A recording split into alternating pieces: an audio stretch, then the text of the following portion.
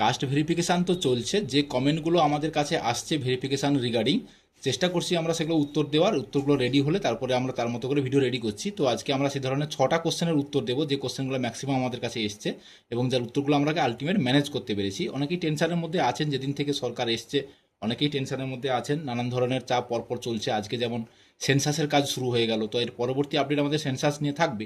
তো তার আগে আজকে আমাদের এই কাস্ট ভেরিফিকেশান রিগার্ডিং 6-7টি কোশ্চেনে আজকে আমরা দিচ্ছি। মেন কয়েকটি 6টি কোশ্চেনের উত্তর আমাদের দেওয়ার চেষ্টা করব।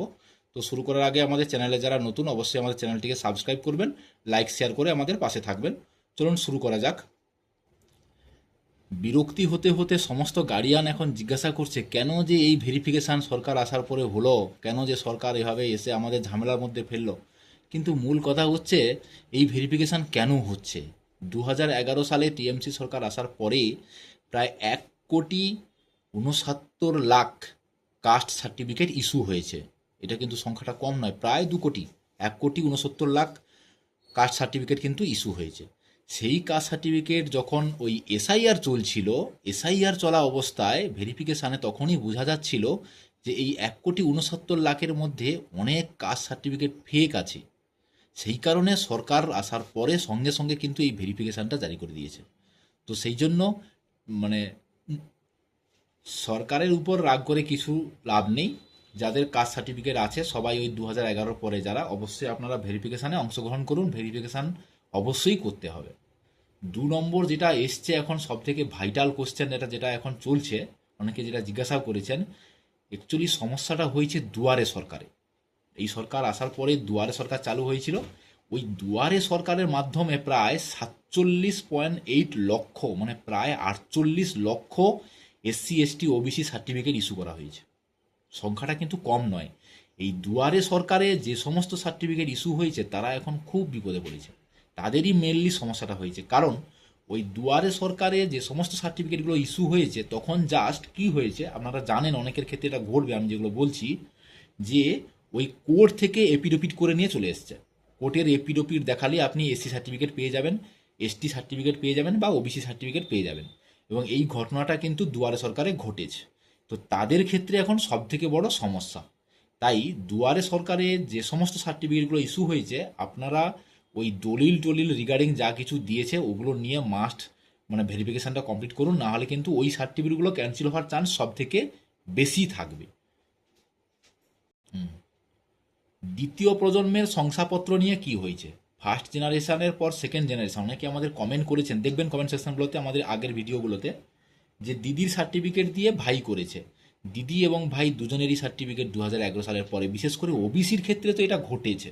বিশেষ করে পরবর্তী আলোচনাটাই আমার থাকছে এটার পরের স্লাইডে।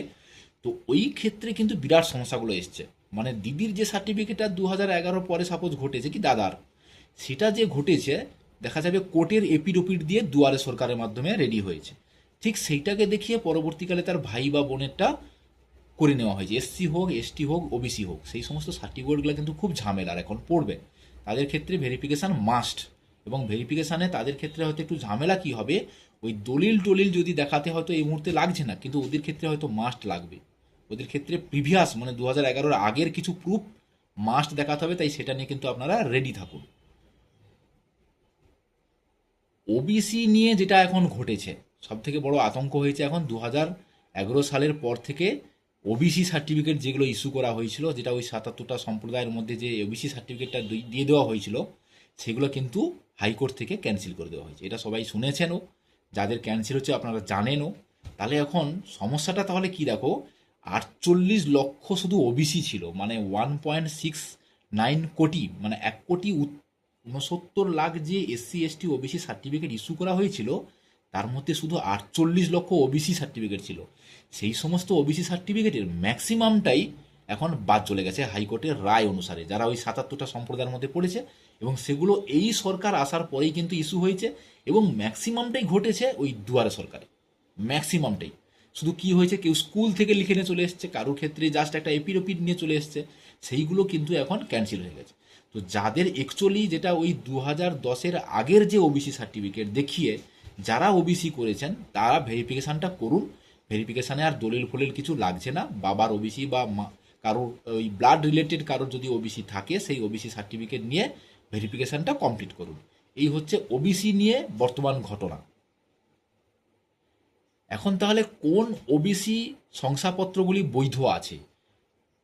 খবর অনুযায়ী 2010 সালের আগে 66 সম্প্রদায়ের মধ্যে জারি করা যে শংসাপত্রগুলি ছিল সেইগুলো এই মুহূর্তে ওবিসি হিসাবে বৈধ আছে। মানে এই সরকার আসার পরে আপনারা জানেন যারা ওবিসি তাদের ক্ষেত্রে ওই ওবিসি এ ওবিসি বি দুটো ক্যাটাগরিতে ভাগ হয়ে গেছিলো। এখন সবাই জানেন সেই সমস্ত আর কোনো কিছু নেই, এখন শুধু ওবিসি এনসিএল বলে আছে, তাই না? নতুন করে যে ওবিসি অ্যাপ্লিকেশনও চলছে তাতেও দেখবেন শুধু ওবিসি এনসিএল বলে লেখা থাকছে। মানে ওবিসি এ ওবিসি বি এইগুলো চালু হয়েছিল এই টিএমসি সরকার আসার পরে, সেগুলো কিন্তু অলরেডি ক্যান্সেল হয়ে গেছে। শুধুমাত্র 2010-এর আগে 66টি সম্প্রদায়ের মধ্যে যেগুলো ওবিসি ছিল সেই সমস্ত কার্ড দেখিয়ে যারা ওবিসি করেছেন তাদের সার্টিফিকেটগুলো এখন বৈধ আছে। তারা আপনারা এখন গিয়ে ভেরিফিকেশান করুন। ওই অ্যাডমিশন নিয়ে যারা কমেন্টগুলো করছিলেন, ওই যে নার্সিংয়ের ভর্তি কে একজন কমেন্ট করছিলেন, যারা ওই যদি শুনছেন আমার ভিডিওগুলো এখন, ওই এমবিবিএসের ভর্তির ব্যাপারগুলো যে ছিল, তো আপনারা অবশ্যই এটা বুঝতে পেরেছেন যে 2010-এর আগের সার্টিফিকেট দেখিয়ে যদি করেছেন তাহলে ওগুলো ভ্যালিড থাকবে। যদি পরে করেছেন কোনোভাবে, যেমন ওই যে বললাম না স্কুল সার্টিফিকেট দেখিয়ে কিংবা কোর্টের এপিড করে, সেগুলো কিন্তু ক্যান্সেল হয়ে গেছে আপনারা জানেন। তো সেই ক্ষেত্রে ভেরিফিকেশনটা করুন। এখন আপনার কাছে যে সার্টিফিকেটটা আছে ওটা দেখিয়ে অ্যাডমিশন হন।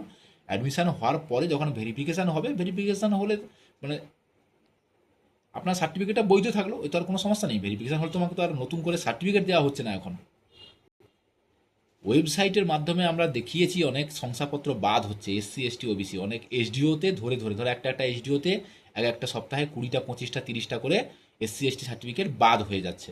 তো তাদের ক্ষেত্রে এখন অনেকে যেটা বোঝা যাচ্ছে যে অনেকের কমেন্ট বা অনেকের মাথায় যেটা ঘুরছে যে যাদের জাল ধরা পড়ছে তাদের কি ব্যবস্থা নেওয়া হতে পারে। সরকার থেকে কিন্তু স্পষ্ট জানিয়ে দেওয়া হয়েছে যে কঠোর আইনি পদক্ষেপ কিন্তু নেওয়া হবে যারা ভুয়ো তথ্য দিয়ে সার্টিফিকেট করেছেন এবং যারা করিয়েছেনও, মানে বিডিও এসডিও অফিসারও এর মধ্যে যদি জড়িয়ে থাকে তাদের ক্ষেত্রেও কিন্তু আইনি পদক্ষেপ থাকবে। এবং দেখবেন একটা এখন এসছে যে ওই রেশন কার্ডের সারেন্ডার করে নিন, মানে রেশন কার্ড যারা জব টব করছে আপনারা নিজের থেকেই রেশন কার্ড সারেন্ডার করে নিন, এরকম একটা অপশান গুগলে কিন্তু চলে এসছে, মানে সার্ভারে ওয়েবসাইট যেটা রেশন কার্ডের একই ধরনের একটা কিন্তু ওয়েবসাইট হয়তো আসবে যেখানে বলা হবে যাদের এখনও পর্যন্ত ভুয়ো সার্টিফিকেট আছে নিজেরাই আপনারা এখানে এসে ওটা সারেন্ডার করুন যে আপনার এটা ভুয়ো আছে, কারণ ধরা পড়লে আইনি পদক্ষেপ নেওয়া হতে পারে। এই ছিল আজকে আমাদের আলোচনা। ভালো লাগলে অবশ্যই লাইক শেয়ার করবেন, বন্ধুদেরকে শেয়ার অবশ্যই করবেন। আমরা চেষ্টা করছি যে আপডেটগুলো আমরা পাচ্ছি এবং যে উত্তরগুলো আমরা রেডি করতে পারছি সেগুলোকেই আমরা দেওয়ার চেষ্টা করছি, যেগুলো আমরা পারছি না সেগুলো একটু লেট করছি। এই মুহূর্তে এখন সেন্সাস শুরু হয়েছে, আপনারা সেন্সাসটাও করতে হবে। তো ঝামেলা তো কিছুটা সবাই পড়তে হচ্ছে, সেই ঝামেলার মধ্যেও সবাইকে ফর্ম ফিল আপ করতে হবে, বুঝতেই পেরেছেন এগুলো দরকারও আছে। তো সেন্সাস নিয়ে আমাদের পরবর্তী আপডেট থাকবে, সেই আপডেটের জন্য এখন চ্যানেলটিকে সাবস্ক্রাইব করে রাখুন। কোনো কিছু সমস্যা কোনো কিছু ডাউট থাকলে অবশ্যই আমাদের কমেন্ট করে জানাবেন, আমরা উত্তর দিতে বাধ্য থাকবো। চলুন তাহলে আজকে এইখান পর্যন্ত।